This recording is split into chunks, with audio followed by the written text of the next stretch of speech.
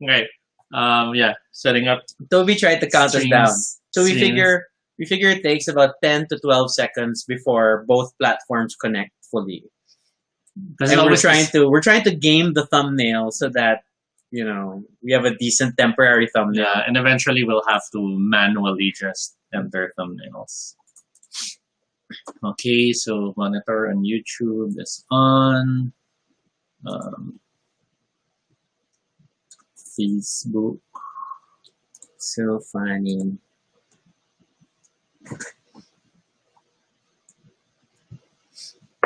Yeah, that's why.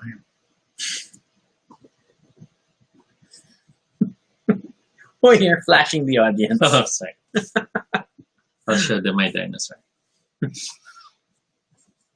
It's over there.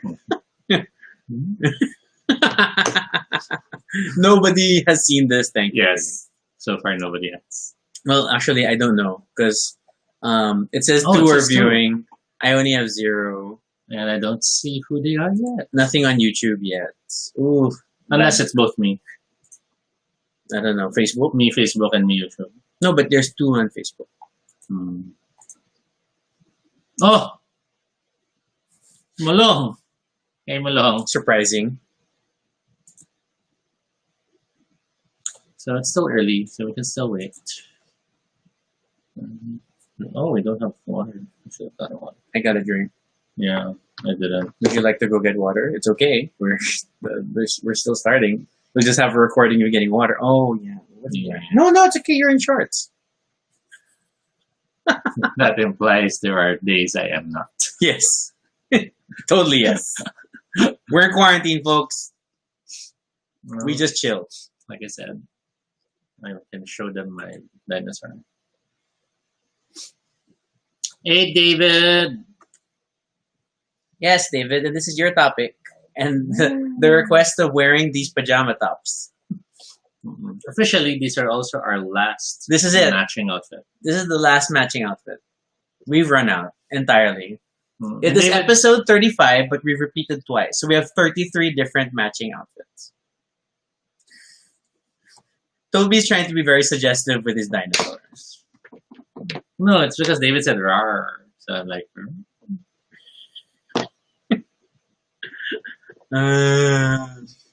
Why? So yeah, we will be starting in a few minutes. Someone else is on YouTube. We just don't know who. But this Say is hi if you're there. basically going to start exactly at 9. And this is also our way of making sure that the system is running okay. But we still have that weird 9:13, 9:15, 9:45 moment. Yeah. It is a mystery. So while waiting, So today I can't see our viewers at all. Oh, more bugs. But yeah, our outfits. Oh, hi, Kenny. It looks like Fruity Loops in milk. Isn't it Fruit Loop? It's Fruit Loops. Okay. Well, depending. Maybe it's like Warehouse Club off-brand, Oh my Fruity gosh. Loops. It's possible. But yeah, these are care of my sister Yeah. and her husband. Because their kid Luke loves dinosaurs. So we all have dinosaur pajamas. Yeah, and hey, dinosaur. Toby. Mai says dino shirts. Actually, it's a full set of dino shirts and pants. Because they're a pajama set, essentially. Dining And- pajama set. Oh, does that mean we should have an episode where we're No. standing and they just see our pants? No. See? This is like our dynamic. It's the origins of Shut Up and Sit Down also. No, it's not. Someone will always be saying no or shut up. I mean, it sounds like we're eating bananas on camera. You want to eat a I'm banana. gonna eat the dinosaur. Toby. Dino Jammy says my. So yeah, we're dinosauring today. Because we will be talking about. Actually, there's no connection. Yeah. I was kind of hoping there was, but no. No. I tried. No. And then Because some of the games that we love are dinosaurs as well. There you go. Stretch, really like It's Dinosaur a Island. stretch. It's super a stretch. Hi, But then Jay. again, it's 9 p.m. So I guess it's a good time as any to start. This is Toby. And this is Rocky. And if it's your first time here, welcome to Baduy Pride, our little space on the internet where we talk about anything. We won't. 35 episodes in, and we haven't memorized this introduction. This is completely unscripted and not entirely accurate, but at least it's honest. Join us as we talk about everything and anything random live. And if it's not your first time here, thank you so much for your continued support. Please like and share the link right now so more people can find it. We'll be spending the next 30 minutes with our shark and dinosaur friend talking about our favorite tabletop game mechanics. Actually, the official topic was favorite game mechanics, but I had to be very specific because we're going to talk about tabletop games. And we have to thank David for this topic. Yes. Yay. And this is officially our last matching pair of outfits. It is. So I'm afraid any episodes beyond the 35th will no longer be matching unless we wear the older outfits. No, again. wait. We will still wear matching outfits. We're just going to repeat. Yeah. Doing. It sounded like we're not going to match anymore. Relationship over. Anything that we want. There you go.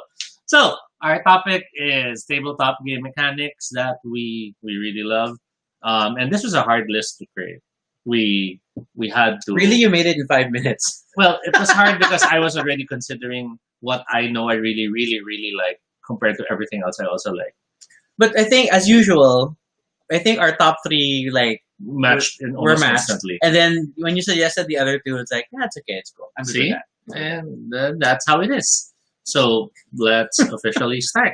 We'll start, I think, which is probably, the one that we always gravitate towards, which is worker placement.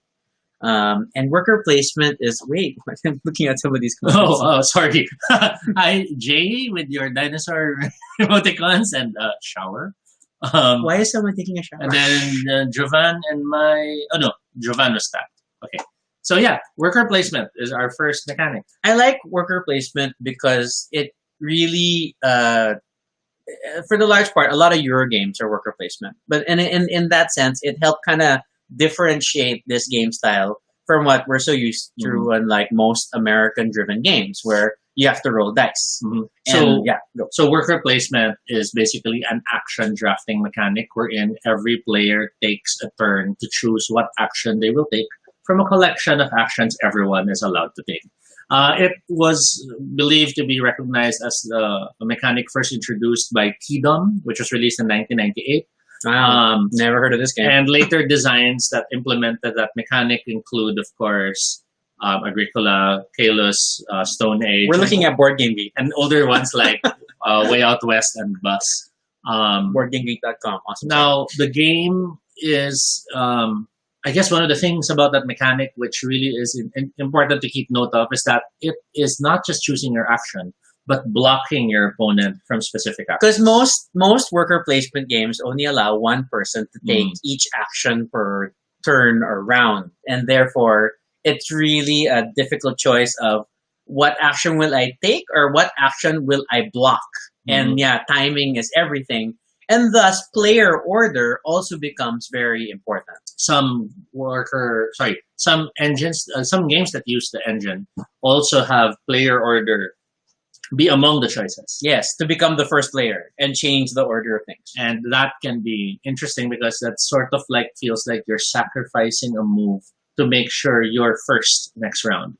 And that's important though, because if let's say in a 4-player game, you're the fourth person to act, then 3 moves are locked out before you can even have your first move, which can be super painful. Depending on the game. I mean, some games have very limited choices, and it just gets super tight. Mike calls it the choose what time you will wake up. I believe that was specifically Parfum. Yes.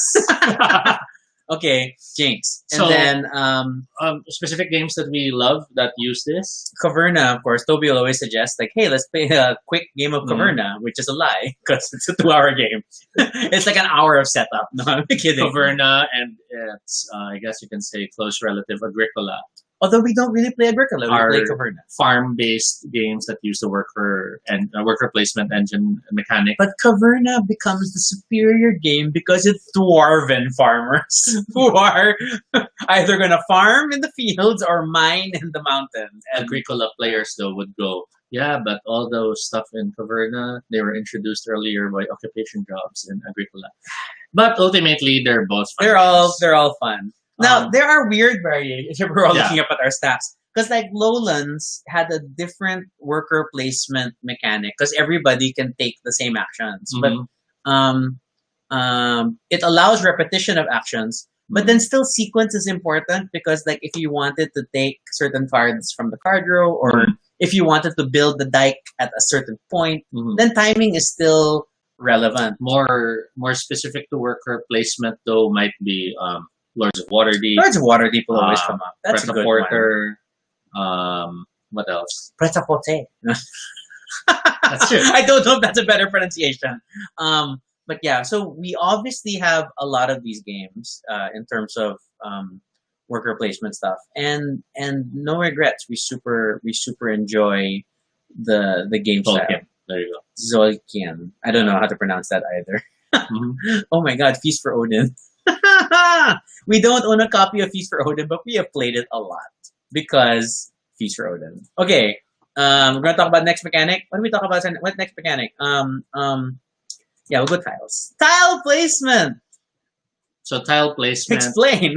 Tile placement is all about placing down a specific tile on a growing tableau or on a pre-generate or pre-existing tableau. And by placing down this tile, you either trigger effects, create features, or in some cases even determine where the game goes. This can be minor in cases like Robinson Crusoe, where you build the island by playing the tile. That's true. But this can be also the main focus of the gameplay, like in Carcassonne. Of course, Carcassonne. Carcassonne is the game that Toby and I first bonded over, and then I realized I'm going to spend the rest of my life with him trying to beat him. Because that game was at least 8-9 sessions. It was a long night of Caverna. Because after every Carcassonne. Because after every game session, and I beat you, whether it's by a large number of points or a few points, you would go again. To be okay, in my defense, it was my first time to play Carcassonne, and after every round, Toby would introduce a new expansion, which just kept changing the rules, and it just got worse. Hey, but the score difference was never too far. Yes, because I'm a stubborn man, so we kept going. Tile placement though is just it's visually satisfying, especially with things like Carcassonne, where they designed the tiles so that they line up appropriately as long as you follow the rules. But then like there's also terraforming. Well, there's a subset of like not as important tile placement, which is hexagonal tile placement, which feels even better sometimes. Yes, Terraforming Mars has a hexagonal tile set, whereas Carcassonne is just squares. Azul surprisingly also falls under tile placement. Yeah, I get that. Because you are still building your display by putting down the tiles. And even our much beloved Suburbia, although the tile placement, I know it's like arguably not the main mechanic driving the game, it's really the interlocking of the rules, but placement of your borrow tiles is still very important, and it determines a lot of the interconnections and all the other actions. So we do like us a good game with tiles. But admittedly, word to the wise is tile placement games are typically heavy box games because you will have several sheets of punch-out cards of tiles, and they weigh a lot, and they take up space. Some games try to circumvent that complication in terms of cost and production. So they tried resorting to cards as the item you place down. So stuff like Sprolopolis and, oh my gosh, I forgot the other one. It started with an H that Josh owned. Wherein you're building the city, but you can overlap. So anyway, but that also sounds like Sprolopolis. But ultimately, tile placement has that interesting feeling of that tactile joy of fiddling with the tile before you make It's the gaming equivalent of a Lego set. Because you end the game with a unique tableau that tells the story of what you were trying to do. This is very evident in our Suburbia games where, yes, I have all the airports again, even though I don't have the airport traffic controller goal. Because I like having airports and I make these cities. So quick check on comments. Mai says viticulture is hard to get latak moves, and for those who don't know what latak means, that means it's that last player. It's a I don't know the specific. The word latak is like what's left in the cup in the bottom of the Really? Container. It's a cup reference? Okay. Yeah, latak yun yung natira. Yeah. Okay. Okay. David, of course, loves worker placement and tile placement. David loves everything. Yay! Dinosaurs! Adrian says that I love Carcassonne. My ad Sagrada. Yes. Oh yeah, that's a good point. Even though it's like it has a dice it's a dice driven mechanic, but yes, it's still it's still that placement and nice. I'm like now starting to get nervous because it's 9/11 and I'm wondering if something's gonna happen at the time. Other things you want to highlight before we leave tile placement? I like tile placement games that have more than just the placement as the mechanic, in the sense that, like Suburbia, placing it is important. It's part of the game. But as the game progresses, what you placed earlier has a huge influence on how things happen. Yeah, this is why it's terrible when we play Terraforming Mars and I place a city and then Toby will have a city one space away saying hi because he wants to piggyback on my greeneries. Which also explains why I like the expansions of Carcassonne, because it progresses beyond just the tile placement. Because if you play Traders and Builders with Toby, it's like the most painful experience ever. I swear. That one was like, we gotta keep doing this again. Yes, I have Carcassonne horror stories. It's probably an episode unto itself. Okay, I'm gonna leave the sign up to see if we're going to, because I feel like when I leave the sign up, it blocks it. Yeah, so there's a magic power that keeps it from blocking. So I think we can jump to the one which sort of touched on in an earlier episode, which is deck building. I'm gonna flash it. Deck building. Interestingly, deck building first and foremost is all about the players all start with the same number or the same basic cards, and as they play, they purchase in one way or another or acquire cards that add to their deck.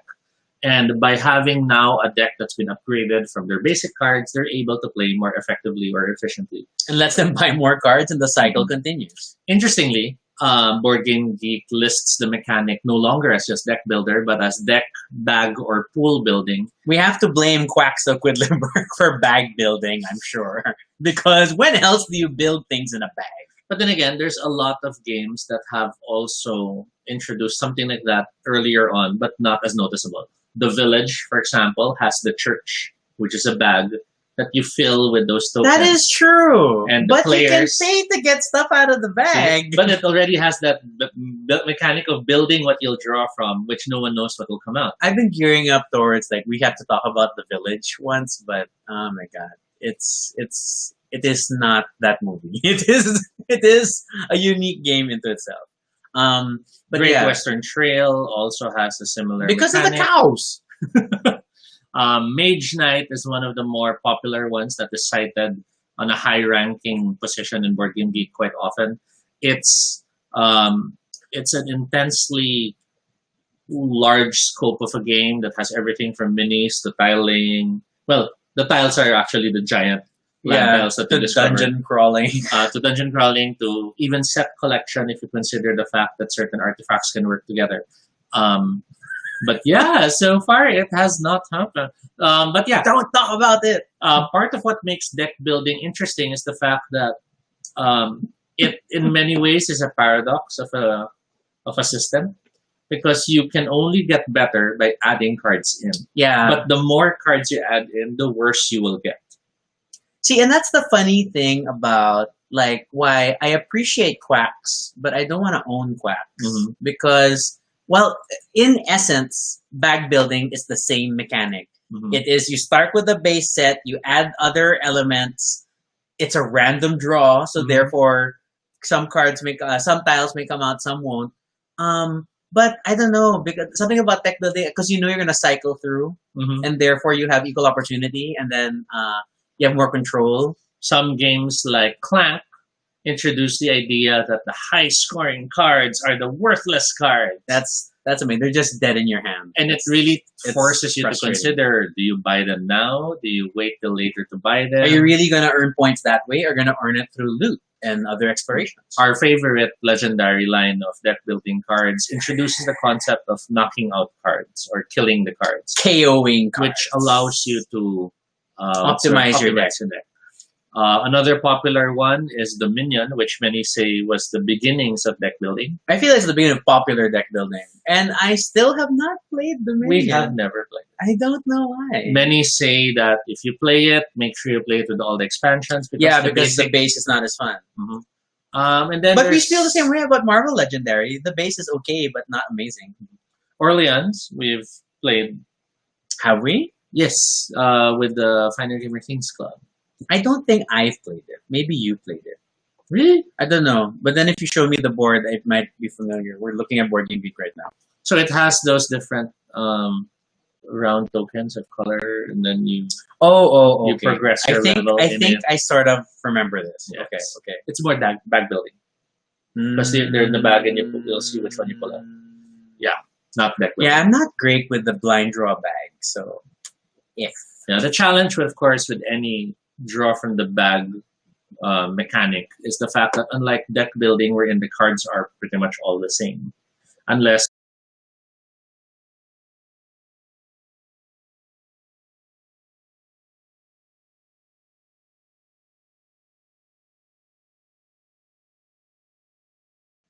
the screen doesn't want me to talk. It has moved to 9:16. But after this reset, I can now see viewers again. Oh wow, that is odd. So we had a blackout, but it fixed the stream count. So since we lost our momentum, let's go back to comments. Yes. Carcassonne is lovely. Adrian explains Latak means dregs. There you go.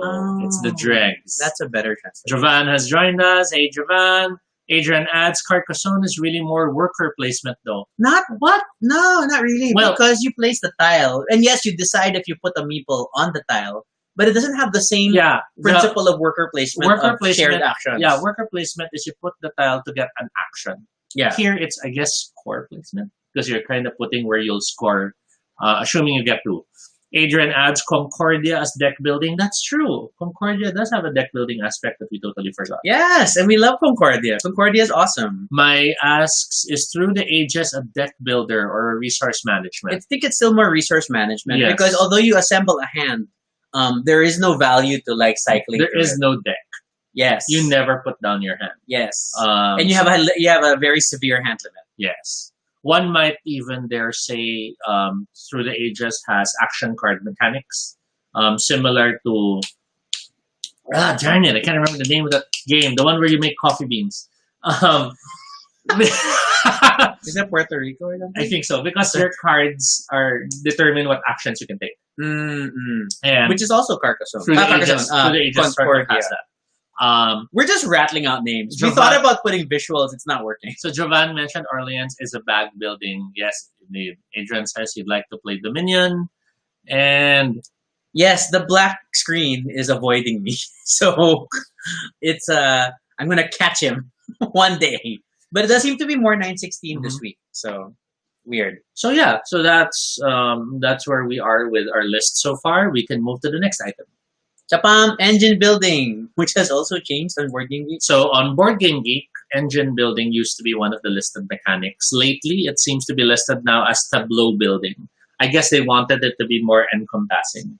Wherein it's all about having not just cards, but anything in the game that when you add the elements together, you become purposely better in doing what you want to do in the game. I suppose so. That makes sense. That description, however, now makes it such a wide-casted net. Yeah. Whereas before it was, let's say, Splendor was about buying the cards so you have your engine of discounts to buy more cards later faster. Now it includes everything like Wingspan. Wow, it includes Through the Ages now. Through the Ages, because that is an engine in its own way. That is true. Terraforming Mars. Even Steampunk Rally, which is all about literally building your engine to make sure your vehicle works better. A different in the race. variant of engine building, indeed. Yeah. But the core engine Aaron, building Aaron. we still like is definitely that concept of like the more cards you have and then the more like production you have. Mhm. Splendor is still like the most elegant example of this, and it's a game definitely that was almost mind blowing when we first experienced it. Like, Mhm. oh my god, this is so good. It's elegance in how it teaches you all the mechanics real quick. and then forces you to choose only one of them each round is just amazing. Because you're still limited to one action per turn. So it's like, I am anxious to see how they've translated the engine for the upcoming Marvel Infinity Gems Splendor game. yeah, that's quirky. Because now you have all Marvel the cards is being licensing Marvel a lot of cards. board games, isn't it? So it's a thing. So yeah, Great Western Trail is another one because there is an overall engine that you're building, not just with what cows you have, Because of the buildings? what buildings you have in place, I suppose so. and your player board in terms of how many moves you have, how many ribbons you can contain, Mhm. what people you have in play to move your train and all that. Scythe is a popular engine building game that many people like. When we say it that way, it's obvious like we're not as keen. It's Um, okay. Given the choice, I choose viticulture over Scythe. Ooh, that is a choice. But I would agree. I don't know. I like building wine more. Because I think we just had mini disappointment. for me, I think it was interaction disappointment. Yeah. Scythe promised you a world of robots and farmers, and then it's mostly farmers. Robotic farmers. Because when the robots show up, let's run away. And that's pretty much it. Yeah, they just kick people away. Castles of Burgundy is listed as well. Terraforming, though, yeah, I love terraforming. Because to be fair, the tableau you end up building between the green and the blue cards, it's So, quite awesome. Others that we love that were not listed quickly are our favorites from Portal games. Everything Oh, from Imperial 51st Settlers. State to Imperial Settlers to Empires of the North. Yes, definite engine mechanics that we love. Some can even say Prêt-à-Porter counts because of how you build your company. Allows oh, you because to of the buildings and the become- employees. become more it efficient. It does have that aspect to it. Wow, alien artifacts makes sense because it's the same. It's the same mechanic.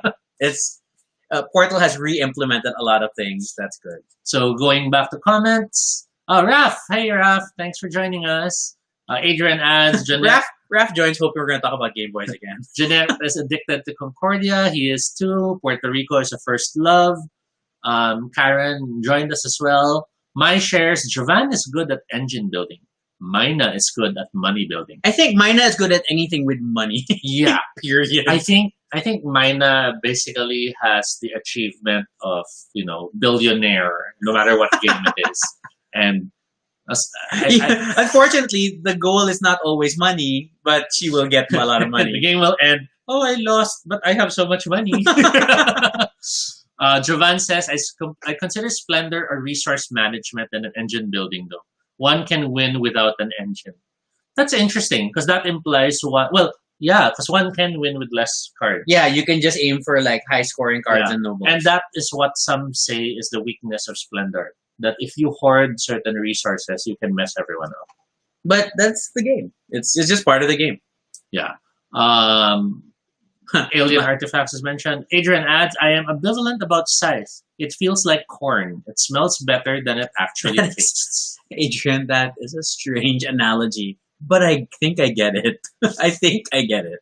As someone who can no longer eat corn. Mai says, Jovan, miss ko na Castles of Burgundy. And Jovan responds, miss it too. I miss Earthfang. Everything. Everything. Okay. Everything. For a moment, I thought it was a different game. No.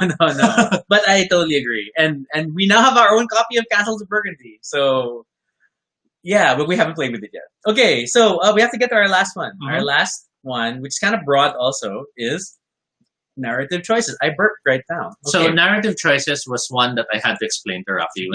When he messaged me, okay, and we were sitting beside each other, but we were working, so he had to message me, and I'm like, what's narrative choices? Well, messaging you also has it down in the list, so you can easily... Yeah, this is how we plan our episodes. We chat each other even though we're in the same room, not 3 feet apart. We're like not even social distance. So the basic idea of narrative is to separate it from storytelling. Now, storytelling is the game has a story, or you are Coming up encouraged to with a build story. a story, Yeah. such as Once upon a time! Narrative engines, on the other hand, are more of games that provide you options to choose from. And by choosing that option, the story progresses. So examples of this, and the most popular one, which most of you probably heard of, is Dead of Winter. They even call That is it... the most popular? They call it a crossroad game, and most people have encountered it compared to the others on the list. That's true, though. Scythe, however, has a similar mechanic in the sense of when you get those cards, I forgot the term for their card, but there's a card wherein you get to choose which ones trigger. And by triggering this, you get points. If you trigger this, you get resources. But then there's that 1-2-liner of a story wherein the floods happen and you lose the back. That's true. So, We personally definitely love Robinson Crusoe, and we've talked about that in a previous episode. This is a reminder to me to link this episode one day. But obviously, it's a huge amount of story that's woven into Robinson Crusoe, and this is why its designer Ignacy Trzewiczek actually has his blog is called, wasn't it his blog Games That Tell Stories. His book became that also, Yes. that the Games That Tell Stories, and they have a larger focus on trying to build narratives with their games. A recent game that we encountered that we discovered has it also is Escape Tales: The Awakening, and its other implementations. It interestingly not just has a narrative choice, but also the choice on when to leave a scenario, Yeah, which in itself is a narrative choice, but not as dependent on the written story. it's quite cool, guys. I want to play it again. Others include Above and Below, which we have played, and we now currently have minus copy until now. The Laucat world. Is that in France's name? Ryan I can't glance it. Okay, but yeah, but the things with the giant storybook, and then you have to read the paragraphs. That's a fun mechanic. I like reading stories. I will always volunteer to be the reader. I like reading. Another one, although it's not listed here, but I feel it should be among it, is the Arabian Nights. That was a good game that we don't own. Thank you for letting us play with your copy, Mina. But I dare say Seafall counts as well. okay, but then you're on the border of. But then aren't all legacy games Yes. therefore in that narrative world? Which is the segue that we were kind of building We were towards. talking about this at the end, like, then is legacy just a subset of narrative choice, or should we talk about legacy as a mechanic, quote unquote, because of legacy games? And what makes it legacy is not just the narrative choices, but the permanent changes to the game environment. I feel, and the evolving rule set as you play the game. because even Charter. Some, however, would insist that legacy is more about opening the boxes and this and that. So I think ultimately people still have a debate on what counts. Rule as mechanics are fluid. Mario just asked Above and Below is considered. Yes, I believe Above and Below is listed as one of those that uses that narrative mechanic. choice. Yeah, because in the booklet mechanic is just fun. It's just super fun. But I don't know. I mean, some people think it bogs games down, but I love reading from these books, which is also why I read out the scenarios in Sherlock Holmes. But that's a deductive game. I think ultimately, That's the Arabian Nights. it's not Arabian Nights. It's Tales of the Arabian Nights. I think ultimately what connects this mechanic for me, or what defines it the best, is it still draws back or harkens back to Choose Your Own Adventure, And we all love a good choose your own adventure. wherein you are shown do this or do that and decide, and that's where that becomes that mechanic. Oh my gosh, Tales from the Loop, the board game, is already listed as using this mechanic. I would not be surprised. And it's coming out in 2021. Yeah, that was Intriguing. recently released in Kickstarter. Ooh, okay. We were considering that, but we decided it's okay. It was very tempting for the minis because the minis were the robots. Yeah, but then I got Scythe for your. yeah, I And know. it looks like Scythe we don't again. own Scythe because it's the So same I'm art like, concept. no, it might be as bad.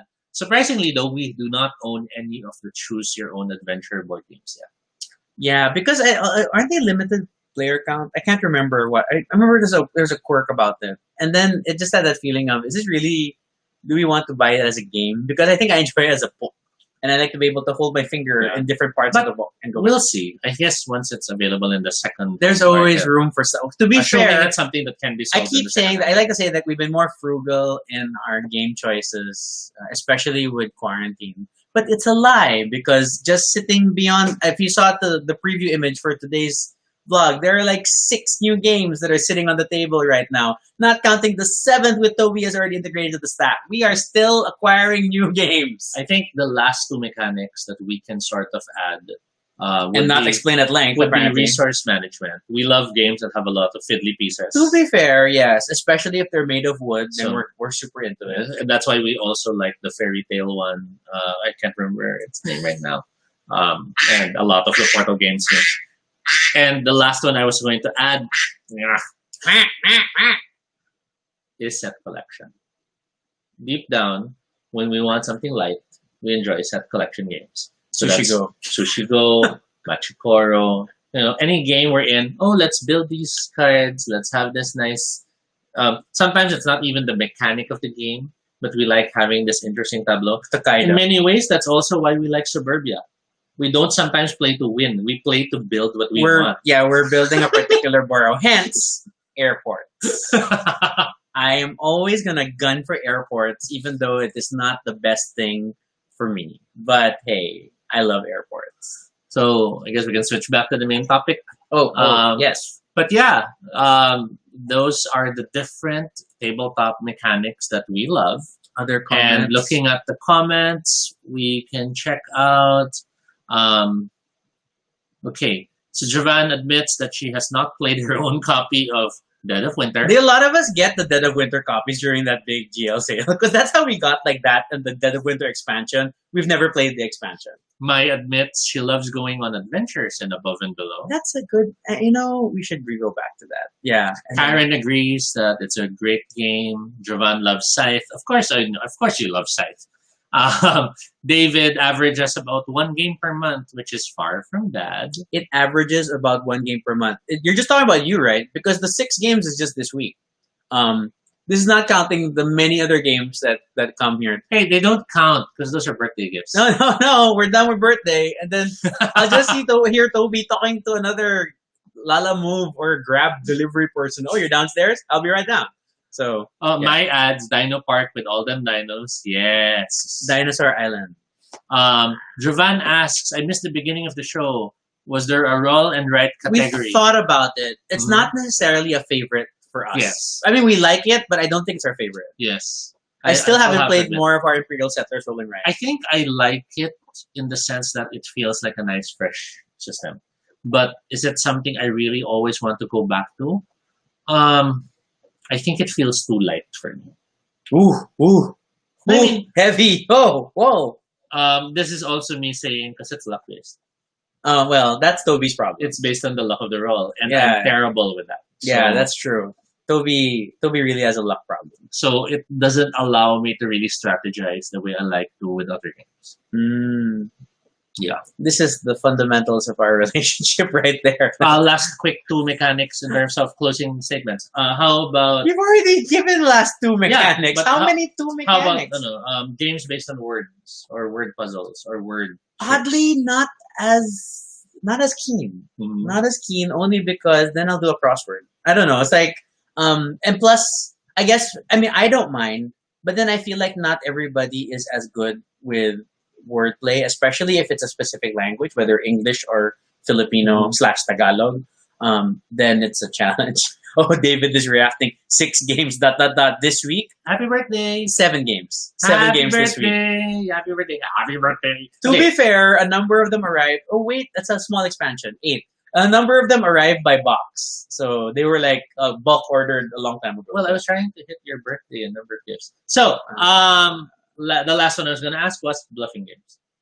Everything from Insider. I think we've touched on this. We have a whole episode games. on the traitor mechanic. No, not traitor. But we tend to favor traitor more than bluff. Mm-hmm. I feel, which is why we don't own things like the Resistance and Avalon. Mm-hmm. Bluffing is okay, but I don't know, and I think it's because traitor alone stresses people out. But then I think bluffing. It's just a lot of like, I don't know, social posturing during the game, trying to convince the others that you're not a thing. And I don't know. I mean, it has its room. We don't mind it. It's not like a favorite mechanic, I think. What are your thoughts on these things that you have last thrown at me? They're okay. Why did you bring them up?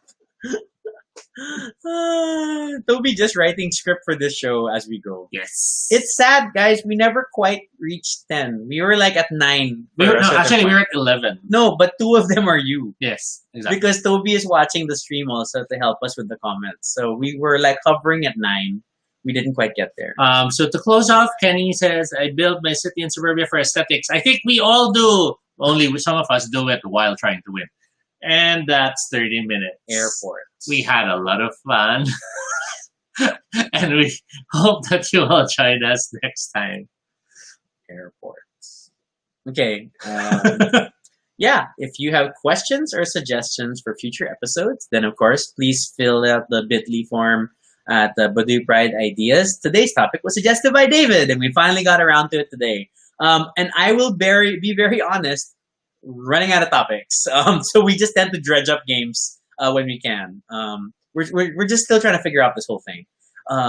Sorry, and then aside, for the people that are already there, we keep arguing over how to talk about TV. We're worried about talking about TV shows that are too new, because then are we spoiling it for people? But then when we talk about TV shows that are so old, we're still avoiding spoiling it if they have not had a chance to discover it. So there is no winning. So I don't know. Yeah. Okay.